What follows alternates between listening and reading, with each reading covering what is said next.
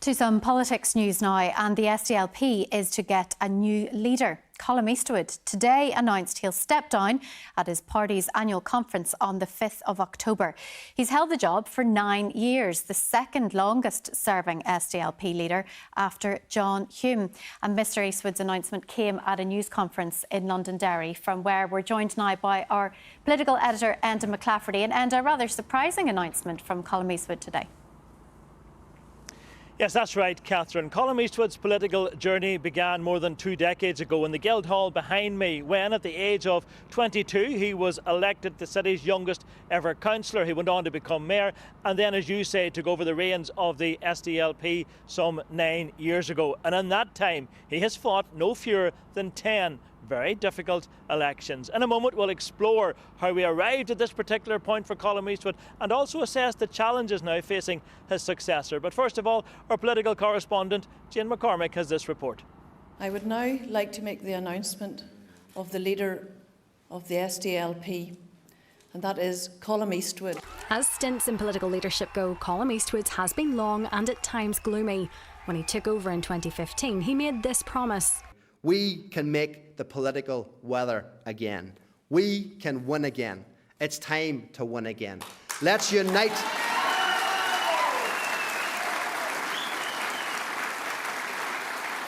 Let's unite. Let's win again.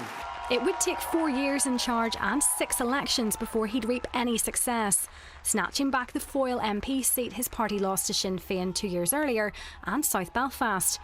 But fast forward another 5 years, has leading a party that loses more than it wins taken its toll?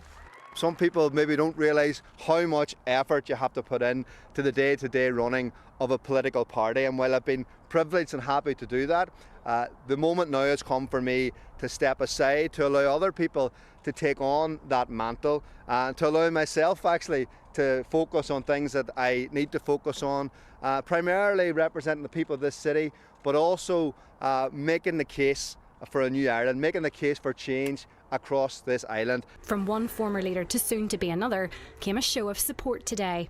The fact is, as party leader, you're more encumbered with the day-to-day cares of the party than people might realise.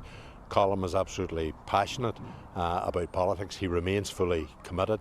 The city here is going to benefit from having more of his time and attention. And as attention turns to the next leader, one name already stands out. I have absolutely no doubt in my mind that Claire Hanna has what it takes to be the leader of the SDLP. She'd be far and away the best option for the members. So if this is my opportunity to be the first person to endorse Claire Hanna, I absolutely take it, and I hope that it's up to Claire. But on that very question last month, Claire Hanna was coy. It's not something. It's okay to say yes. No, it's actually the opposite. It's not something that massively. I love being South Belfast MP, but it is a big job. I love being a mum of 3, and it's a big job as well. So I like doing. I work a lot and to shape the things that I can. But I know it's a really tough job. Colum Eastwood at times found out how tough a job it can be. Will whoever comes next fare any better? Jane McCormack, BBC Newsline. And a real change ahead then for the SDLP. But how will Colum Eastwood's time as leader be remembered? Well, when Colum Eastwood took over the SDLP, it was in a party in decline. It has been in decline, of course, for many years. He set his key priority, of course, to reverse its electoral fortunes. On that front, he failed. Whenever he would find himself in the position now, the party has 8 MLAs. It had 14 when he took over. The party had 3 MPs back then. It now has 2. And back then the party had 66 councillors. It now has 39. Colum Eastwood also failed in building and forming that big relationship with Fianna Fáil. It didn't amount to anything whenever everything settled.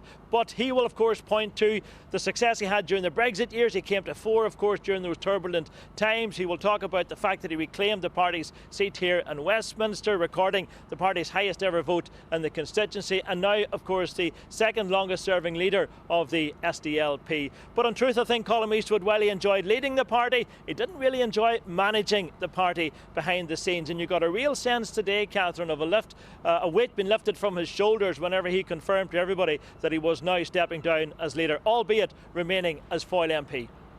And what are the challenges facing his successor if it turns out to be Claire Hanna, as is looking likely?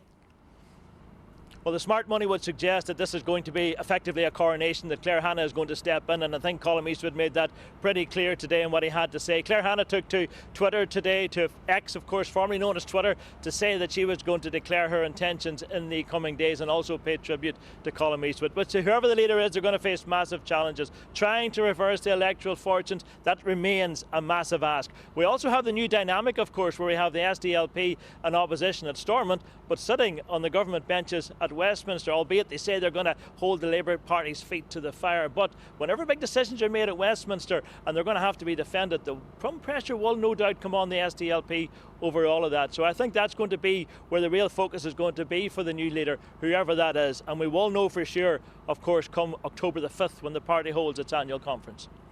OK, and many thanks. A county